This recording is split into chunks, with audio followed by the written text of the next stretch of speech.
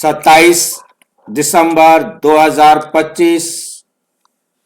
आज की साकार मुरली रंगीन बड़े बड़े अक्षरों में पढ़ें, सुने और गहराई से मंथन करें। हम प्रतिदिन प्रातः 4 बजे, 6 बजे, शाम को 4 बजे, 8 बजे 4 बार मुरली मंथन करते हैं। आप सभी भी जैसे सुविधा हो इस मुरली मंथन में साथी व सहयोगी बन सकते हैं, जिसके लिए इसी वीडियो के डिस्क्रिप्शन बॉक्स में लिंक दिया हुआ है गूगल मीट, जिस लिंक के द्वारा आप चारों समय रोजाना जुड़ सकते हैं, क्योंकि एक ही लिंक रहता है। यदि फिर भी आपको जुड़ने में कोई कठिनाई हो रही है तो आप सामने जो वीडियो देख रहे हैं इसी में नीचे चलती हुई लाइन में व्हाट्सएप नंबर देख रहे हैं, उस पर मैसेज करके आप लिंक मंगा सकते हैं, प्रश्न पूछ सकते हैं, आपका कोई सुझाव है तो वो भी दे सकते हैं। गुलाब होते ना तो तुम्हें हम अपने बालों में लगाते, अगर विस्पर होता था। ओम शांति। आज की साकार मुरली का सार। मीठा मीठा बाबा कहते मीठे बच्चे, तुम्हारे दुख के दिन अब पूरे हुए, तुम्हारे दुख के दिन अब पूरे हुए। तुम अब ऐसी दुनिया में जा रहे हो जहाँ कोई भी अप्राप्त वस्तु नहीं, जहाँ कोई भी अप्राप्त वस्तु नहीं। कहाँ जा रहे हैं हम भाई? जहाँ हमें कोई भी अप्राप्त वस्तु नहीं होगी। कान का पर्दा फट गया तो फिर क्या मतलब आप उसे सिलते हैं? नई दुनिया में जा रहे हैं। नई दुनिया में जा रहे हैं। मैंने कहा कहीं परम धाम जा रहे हैं, अभी तो पहले परम धाम जाना है। परम धाम में तो कुछ मिलना नहीं है, जहाँ कुछ नहीं मिलना वहाँ कह दो सब कुछ मिल गया। वहाँ कोई चीज की जरूरत नहीं महसूस होगी, ना खाना है, ना पीना है, ना ठंड लगती है, ना गर्मी लगती है। आत्मा बन के जाएंगे फिर। हाँ जी, क्या बन के जाएंगे? क्या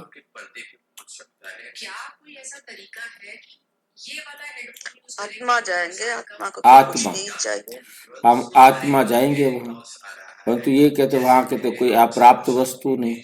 तो सतयुग में कौन जाएंगे जिनको अप्राप्त वस्तु नहीं होगी? वहां तो कंडीशन है, वही जाएंगे। कौन जाएंगे जिनको सतयुग में कोई भी वस्तु अप्राप्त नहीं होगी, क्योंकि सतयुग में तो सभी नहीं जा सकते, परम धाम में तो सभी जा सकते। जिसको पवित्रता 100% है वही जाएगा। जिसने अपने आप को पवित्रता 100% धारण किया, पवित्रता के साथ। हाँ जी, जिसको कुछ नहीं चाहिए वही जाएगा। हाँ, जो एकदम संपूर्ण संतुष्ट होगा, जिसे अब कुछ नहीं चाहिए। जिसको कुछ चाहिए वो वहां जा ही नहीं सकता, जिसको चाहिए वह वो जा ही नहीं सकता। वहां वो आत्मा जाएगी जिसे अब कुछ नहीं चाहिए। पाना था सो पा लिया, जो मिल गया उसी में संतुष्ट, जितना मिल गया उतने में संतुष्ट, जिसे अपने सिवाय और किसी में कुछ भी नहीं दिखाई देता। बस ठीक है, सभी आत्माएं अपने अपने पाठ के अनुसार अपना अपना पाठ बजा रही।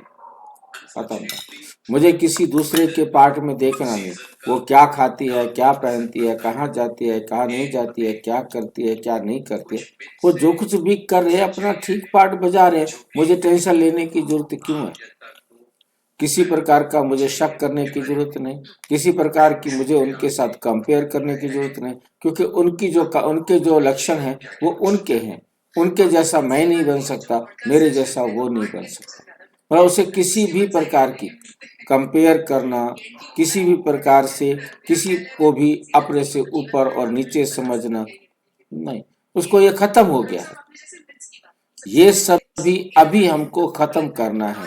बाप समान सभी, बाबा भी सभी आत्माओं को एक समान देखते हैं, किसी भी आत्मा में कोई फर्क नहीं करते, किसी के साथ वो अपनी कंपेयर भी नहीं करते। बाबा किसी के साथ कंपेयर नहीं करता, उसको पता है मेरी जैसी कोई और आत्मा है ही नहीं, मैं ही हूँ बस। ऐसे ही मेरे जैसी और कोई आत्मा है नहीं, वो मैं ही हूँ। इसलिए मुझे किसी के साथ कंपेयर नहीं करना, मुझे किस हाँ जी बाकी किसी आत्माओं को भी एक दूसरे से कंपेयर नहीं करता। नहीं करना। जब मैंने अपने आप को किसी के साथ कंपेयर नहीं करना, मैंने किसी दो आत्माओं को भी कंपेयर नहीं करना, वो ऐसे क्यों तो वो ऐसे क्यों, वो अपना पार्ट वैसा बजा रहे, वो अपना पार्ट वैसा बजा रहे, खत्म बात। मेरे को जो कुछ भी इस संसार में कर्म क्षेत्र में आकर यूज करना है, जिस समय मुझे जिस चीज को यूज करना है वो मेरे पास आ जाएगी। मैंने यूज नहीं करना, वो मेरे पास नहीं आएगी। मैं इच्छा करूं कि वो मिल जाए, वो मिल जाए, क्या करूंगा मैं? मैंने पार्ट ही नहीं है, मैं उसके बारे में क्यों इच्छा कर रहा हूं? जिस चीज को मैंने जिस समय तक यूज करना है मैं उसे यूज करूंगा, और जिस सेकंड उसको मैंने यूज नहीं करना, वो मेरे से अलग हो जाएगी, मैं उससे अलग हो जाऊंगा, चाहे वो व्यक्ति हो, चाहे वो वस्तु हो, चाहे वो स्थान। मेरा रोल नहीं है वहां, मैं जाऊंगा ही नहीं।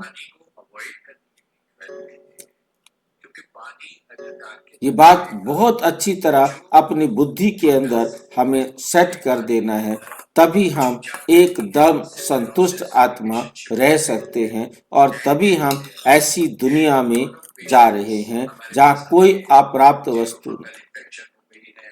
क्योंकि हमें वहां पर ये तो है नहीं कि राजा को भी वही सब कुछ मिल जाएगा, नौकर चाकर को भी वही मिल जाएगा, दास दासी को भी मिल जाएगा, प्रजा को भी मिल जाएगा, नहीं।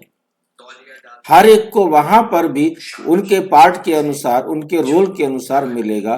दास दासी सोचे कि मेरे को तो राजमहल नहीं मिला, मेरे को तो दास दासियां है ही नहीं, मेरे को तो सारे काम अपने आप करने पड़ते हैं और उनके भी काम मुझे ही करने पड़ते हैं। नहीं, वहां ये किसी को भी ऐसा नहीं होगा कि मुझे क्यों इनका काम करना पड़ता, मैं नौकर चाकरों का भी चाकर क्यों बना? क्योंकि जो बड़ी दासियां होंगी, जो समझो कि लक्ष्मी नारायण की सेवा करने वाली होंगी, उनके पास काम इतनी रिस्पॉन्सिबिलिटी इतनी होगी कि उनको अपने काम करवाने के लिए आगे नौकर रखने पड़ेंगे, वरना उनके काम करें, उन पर पूरा टेंशन दे कि अपने भी काम करें। बाबा ने कहा इस बात को मुरली के अंदर कि लक्ष्मी नारायण की जो दास दासियां होंगी, उनके आगे दास दासियां होंगी, उनका रोल बहुत महत्वपूर्ण है। फीलिंग से मुक्त होंगी वो। हाँ, उन्हें किसी भी प्रकार की ये फीलिंग नहीं होगी कि मैं नौकर क्यों बनी, मैं गरीब प्रजा क्यों बनी, मैं अमीर राजा प्रजा क्यों बनी। वहां किसी भी प्रकार की कोई फीलिंग नहीं होगी। उनके दिल में होगा कि हमने इनको प्यार देना है, हमने इनको रिस्पेक्ट देना है, क्योंकि उन्होंने अब वो प्यार, वो रिस्पेक्ट लिया है। वो प्यार और उस रिस्पेक्ट को देने के लिए आएंगे। वो तभी मिलेंगे जब हमने उनको अभी दिया होगा, और यदि अभी हमने लिया है तो हमको वहां देने के लिए आना पड़ेगा। अभी हमने दिया है तो वहां लेने के लिए हम होंगे, और अभी हमने लिया है किसी से तो वहां हम देंगे। इसमें किसी भी प्रकार की अब भी कोई ग्लानि नहीं होनी चाहिए, और तब भी कोई ग्लानि नहीं होनी चाहिए। सेवा करते वक्त हमारी खुशी में किसी भी कमी ना आए। अभी से हम बन के जाएंगे, बहुत समय का हमारा अब अनुभव होगा, अभी अभ्यास होगा, नष्टो मोहा स्मृति लब्धा रहने का, संतुष्ट रहने का, तो वहां पर हम अप्राप्त वस्तु नहीं होगी, वहां हम अनुभव करेंगे। बन के यहीं जाना है। वहां जाकर एकदम अचानक हमारे संस्कार में ऐसा कोई परिवर्तन नहीं आ जाएगा कि अब हम स्वर्ग में आ गए हैं, अब हमारे संस्कार बदल गए। वहां जाके संस्कार नहीं बदलने हैं, जो भी संस्कार हैं वो हमको अभी से यहीं से ही बना कर ले जाता है। जो कि तरह तरह की डॉक्टरी कर रहे हैं तो कान साफ करना प्रश्न, किन दो शब्दों का राज तुम्हारी बुद्धि में होने कारण पुरानी दुनिया से बेहद का वैराग्य रहता है?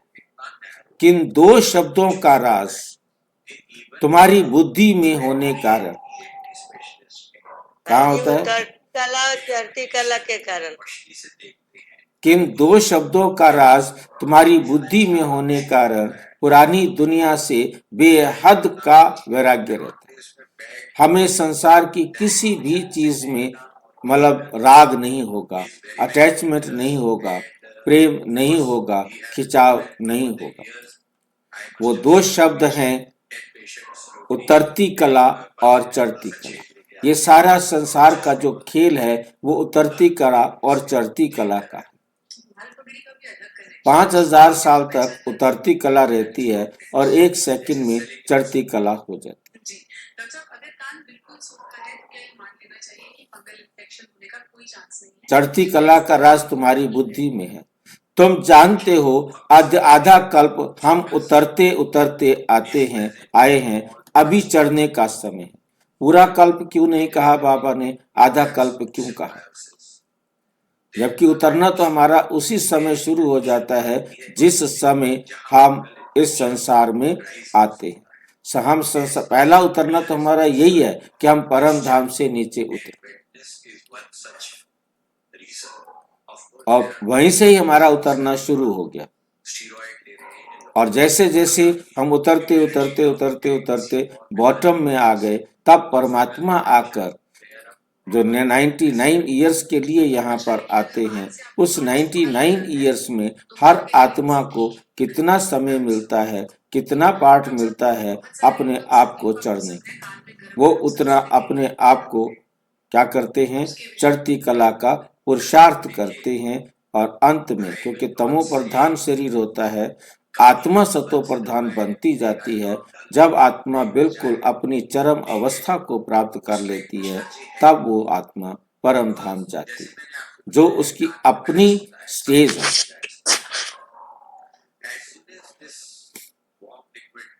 भाई जी,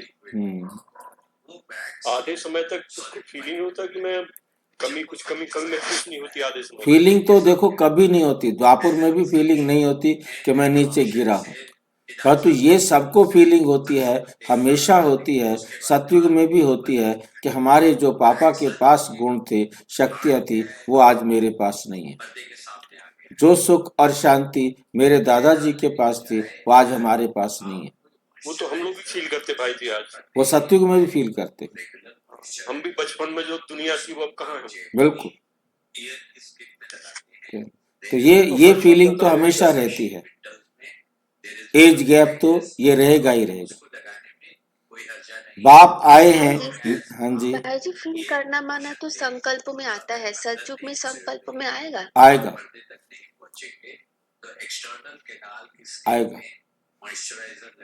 मतलब उस टाइम ये नहीं है, परंतु क्या है कि हमारे अंदर फिर भी जो है ना, सोचो कि मैंने एग्जाम्पल आपको दिया था, बहुत क्लियर सा एग्जाम्पल है कि हमने 1000 वाट का बल्ब कमरे में लगा रखा है। हम रोजाना केवल एक काम करते हैं। पहले दिन 1000 वाट था, दूसरे दिन हमने उसको 999 कर दिया। किसी को महसूस नहीं होगा कि लाइट में कोई कमी आई है। दूसरे दिन 98 कर दिया, 998 कर दिया, तो कोई कमी महसूस नहीं होगी। और हम उसके अभ्यस्त होते जाते हैं, उसी के अनुसार चलते रहते हैं। और चाहे वो फिर 500 भी हो जाएगा तो भी लगेगा ठीक है, क्योंकि वो भूल गए हम 500 दिन पहले था। वो 500 दिन में हम वो भूल गए कि अब से 500 साल पहले क्या, 500 दिन पहले लाइट क्या थी। हम उसी के अभ्यस्त हो जाते हैं। तो इसी प्रकार से 500 से 499 होगा, कोई फर्क नहीं पड़ेगा। परंतु उसको स्लो एंड स्टडी मतलब धीरे करते आए, ऐसे कोई फर्क नहीं पड़ेगा, पता नहीं पड़ेगा, परंतु एक्चुअल में कम तो हो गया। आज की दुनिया के अंदर भी कोई ये थोड़ा कहता है कि भी है ना हम पतित हो गए हैं। उनको कोई महसूस नहीं होता। वो कंपेयर कर लेते हैं ज्यादा दादाजी के साथ, बस कि उनके जमाने की बातें अलग थी, पिताजी के जमाने की बातें अलग थी, हमारे जमाने की बातें अलग हैं। हमसे सियाना कोई है ही नहीं। हमारे दादा को पता थोड़ा था, कुछ इतनी अक्ल थोड़ा थी। हमारे पिताजी को इतनी अक्ल थोड़ा थी जितनी अक्ल हमारे पास है। हमारे पास आर्टिफिशियल इंटेलिजेंट आ गए, उनके पास तो मोबाइल तक भी नहीं हुआ करते थे। पर एक लाइफ स्पान में तो भाई जी फील होता है, जैसे हम लोगों को फील होता है कि पहले जो सुख शांति वही थी, वो अब नहीं। वही उतनी फीलिंग होगी। लाइफ स्पान में फील हाँ, होगी, हाँ। पर नेक्स्ट जनरेशन में फिर वो फील नहीं होगा, वो चेंज हो जाएगा। उनको जो जिस स्टेज पर आए हैं, उन्होंने लाइट ही देखी है 500 की, हजारों लाइट देखी ही नहीं उन्होंने। वो 500 ही देखी उन्होंने, उनको 500 ही पर्याप्त है। बस अभी है चढ़ने का समय। बाप आए हैं नर से नारायण बनने की सत्य नॉलेज देने, सच्ची सच्चा सत्य ज्ञान देने के लिए आए हैं। हमारे लिए अब कलयुग पूरा हुआ, नई दुनिया में जाना है, इसलिए इससे बेहद का वैराग्य।